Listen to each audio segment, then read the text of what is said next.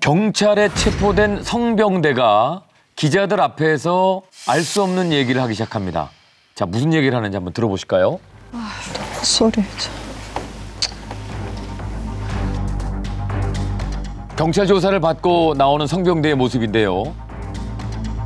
제가 이사를 가게 됐는데 그 이사 가는 집이 이제 그 부동산 사장이 저희 누나한테 그 소개를 시켜준 집이거든요. 그래서 근데 그 집에 가게 되면은 가스 폭발 사고로 인해서 이제 제가 암살될 수 있어요. 뭔 소리야? 이해하기 좀 어려운 말을 늘어놓기 시작합니다. 림계로 주사제 치료 과정에 독살되었을 가능성이 있으니까는 그 부분에 대해서 좀 알아주셨으면 좋겠습니다. 총에 맞은 경찰이 독살로 죽었을 거라는 얘기를 합니다. 그 사람이 죽을 사람이 아닌데 독살로 죽었습니다. 그분이 어떤 분인지 사실 저는 정확히 모릅니다. 근데 경찰 조직에서 죽인 것을 봐서는 나쁜 분은 아니라고 생각합니다. 네. 그리고 이 사건은 경찰 주모범죄이지만은 그 태위는 혁명에 있습니다. 혁명. 이 사건은 혁명입니다. 혁명. 혁명이 일어나야 된다. 신이 경찰이 저희 사람 불법 당하지 마세요. 끝까지 본인은 혁명을 했다고 주장하고 있습니다. 친일 경찰 보복당하지 마세요. 치료가 좀 필요했는데 치료를 받아야 되는 사람인데. 당최 끝까지 무슨 말을 하는지를 모르겠어요. 그러게요. 저게 무슨 얘기입니까 도대체? 자, 일단 이 성병대는요, 이미 과거 교도소 수감 중에도 이상한 행동을 보인 적이 많이 있었습니다. 함께 수감 생활을 한 동료에게 수시로 나가면 경찰들을 다 죽일 거다라는 말을 하기도 했고요. 교도소 안에서 머리를 잘라주는 사람이 머리를 잘라주다가 가위로 자신을 죽일 거라고 생각을 해서 본인의 머리는 스스로 자르기도 했다는 겁니다. 자, 그리고 청소부나 교도소의 지시를 받아서 음식물에 유해 물질을 탔다는 주장을 하다가 명예훼손으로 벌금 100만 원을 선고받은 적도 있었습니다. 자, 이런 일들로 인해서 성병대는요, 과거 수감 당시 4차례나 조현병 등의 소견을 받기도 했습니다.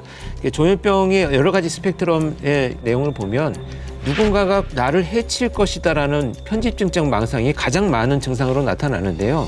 그런 이유로 자기가 죽을까 봐 타인을 해치는 이런 유형으로 나타나기도 합니다. 아니 뭐 전에도 많이 언급했었지만 이게 치료를 뭔가 아예 안 했을 것 같진 않은데 제대로 지속되지 못해서 또 이런 일이 생긴 거겠죠. 네, 치료를 하려고 했습니다. 교도소 측에서는요. 그런데 송병대가요, 자기가 독살될 수 있다라고 계속 주장을 하면서 의사가 정신과 약을 처방해줘도 복용을 하지 않았어요. 거부하고요. 스스로가 계속 약을 거부했기 때문에 상태는 계속 악화가 됐었던 거죠. 근데 뭔가 교도소에 있을 때 진단 받았으면 그때 좀 약간 강제로 치료를 좀 시킬 수는 없었나요? 정신질환을 앓고 있는 사람이 자신이나 타인에게 위해를 끼칠 수 있다라고 판단될 때 강제 치료를 할 수 있는 그러한 규정을 가진 것이 정신건강복지법인데요. 이 정신건강복지법은 교도소 수감자에게는 전혀 적용할 수 있는 규정이 없습니다. 수용자가 치료를 거부할 경우에 치료에 개입할 수가 없고요. 만약 그렇게 한다면 오히려 인권 침해가 되기 때문에 교도관이든 교도소에서든 전혀 그런 시도를 할 수가 없었습니다. 그래서 송병대 제대로 치료를 받지 못했습니다. 아니 근데 그때라도 좀 제대로 치료를 했으면 이런 일이 안 생겼을 수도 있잖아요. 그러면서 뭔가 점점 더 심해졌던 것 같아요. 진짜 무슨 말을 하는지 하나도 모르겠어요. 일단 문제는 성병대 같은 경우에는요, 자신의 무능함을 사회와 타인의 탓을 하면서 분노와 공격성으로만 해결하려는 이런 성향을 가진 사람으로 판단을 합니다. 네.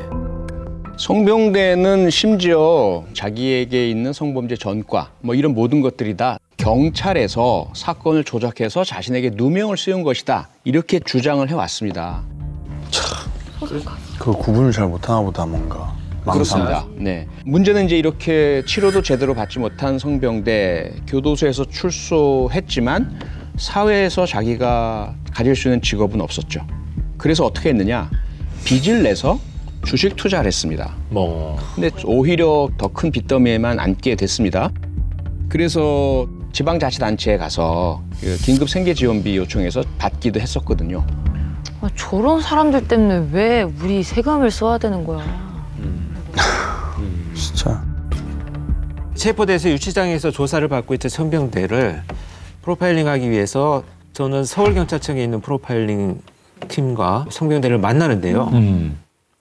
첫 마디가 뭐였었냐면 나는 당신처럼 내 머릿속을 읽는 사람과 말하기 싫다라는 것이 저한테 한 말이었어요.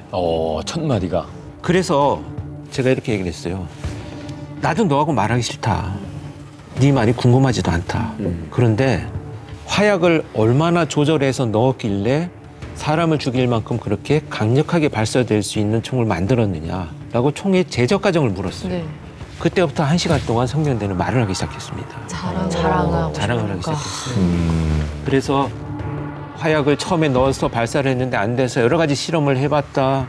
2발 이상 나가게 만든 것도 실패를 하게 되면 다른 곳에서 발사될 수 있도록 만든 거예요. 이런 과정들을 이제 전부 설명을 하게 됩니다. 근데 그 과정을 설명하는 이 표정이나 이 모습이 저도 수없이 많은 범죄자들을 봤지만 너무나 자랑스러워하고 있는 모습을 보면서 야, 이 자가 이렇게 자기가 한 일에 대해서 무책임하고 또 죄책감도 없이 이야기를 하고 있구나 이런 것들을 느꼈습니다.